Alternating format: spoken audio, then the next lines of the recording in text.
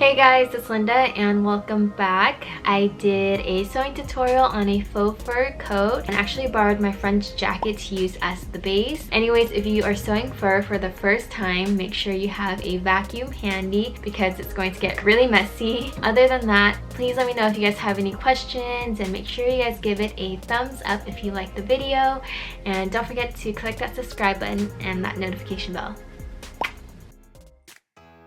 To make the paper pattern, you'll need a roll of paper, ruler, writing utensils, tape, and then a jacket or coat you want to trace. I'm starting with the hood, and the top of it is lined up to a folded sheet of paper. Trace all the way around it, and that way when you cut it out, you actually have one solid hood rather than two pieces with a seam down the center. And then don't forget to add in all of your seam allowances. For the bodice, trace out the front and back, and you'll notice that the neckline and armhole on the front piece will dip a little bit more. And at the bottom, make sure you add in 2.5 inches for the hem. Use the front bodice piece as a base and then draw in 4 inches away from the center front to make the facing piece, and the rest of it will be the lining.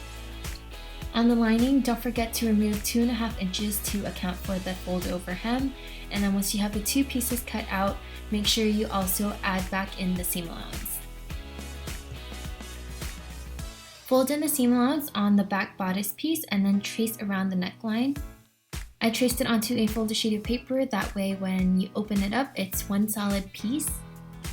For the lining, trace out the back bodice and remove 2.5 inches from the bottom to account for the hem. And then along the top, you want to trace out the facing you just made. Make sure you also add back in the seam allowance. For the sleeve, bump it to the folded edge of a piece of paper and then trace all the way around.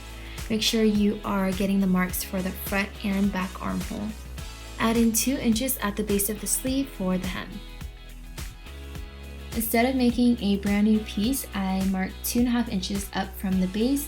That way, when I want to, I can fold it up and cut out the fabric.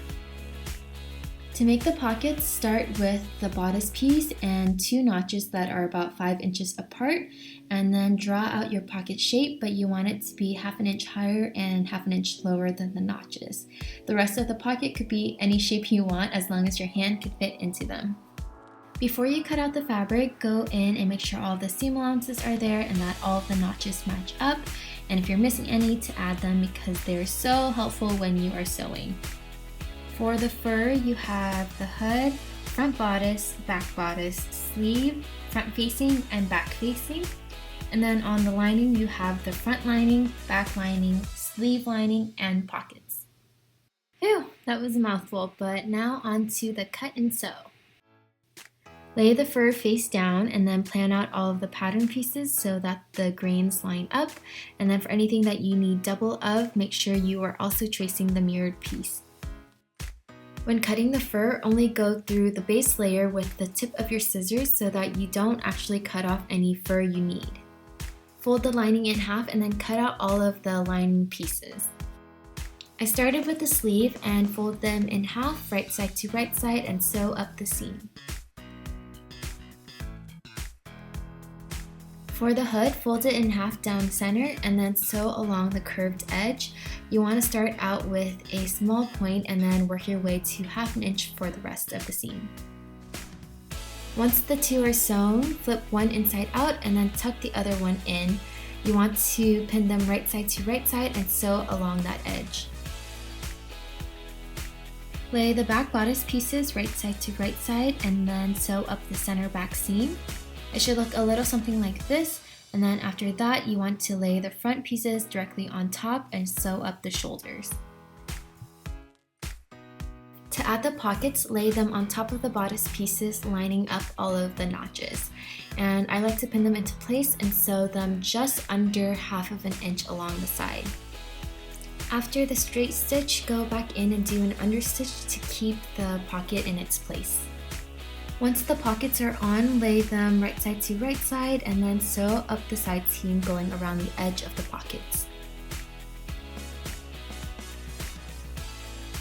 To attach the sleeve, insert it through the armholes and then match up all of the notches. After it's all pinned up, you can sew a straight stitch to secure it. For the lining pieces, lay the sleeves right side to right side and then sew up the seam. Make sure that they are mirrored pieces so you don't get two of the same sleeve. For the front facing and lining piece, pin them together, making sure you match up the notches. And then when you sew, do a straight stitch, and afterwards you want to do an understitch towards the lining piece. On the back lining, sew up the center seam and then pin the facing piece on top.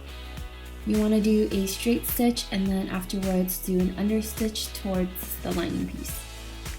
Match the back and front bodice together and then sew up the shoulder and side seams. But on one of the side seams, make sure you leave a gap about 5 to 6 inches. That way you can turn the entire jacket inside out later. Insert the sleeves through the armhole and then pin it into place before you sew. There's a few different ways to sew a lining into a jacket, but for me, I like to start with the jacket flipped inside out and then the lining touching it right side to right side. From there, I pinned up the center front on both ends and then sewed it with a straight stitch. Flip it right side out to make sure everything is sewn correctly. And then for the sleeve, I like to stick the lining through the regular armhole, and then at the end I pin it so that when I reach through from the inside, I know exactly which point is sewn to which. And it might be a little confusing, so if you want to completely skip this step, you could just hand sew it together, whichever way is easier for you. To attach the hood, I have the jacket flipped inside out and then I'm inserting it through the neck opening. Once you have the center back seams lined up, pin it into place and then sew around that edge.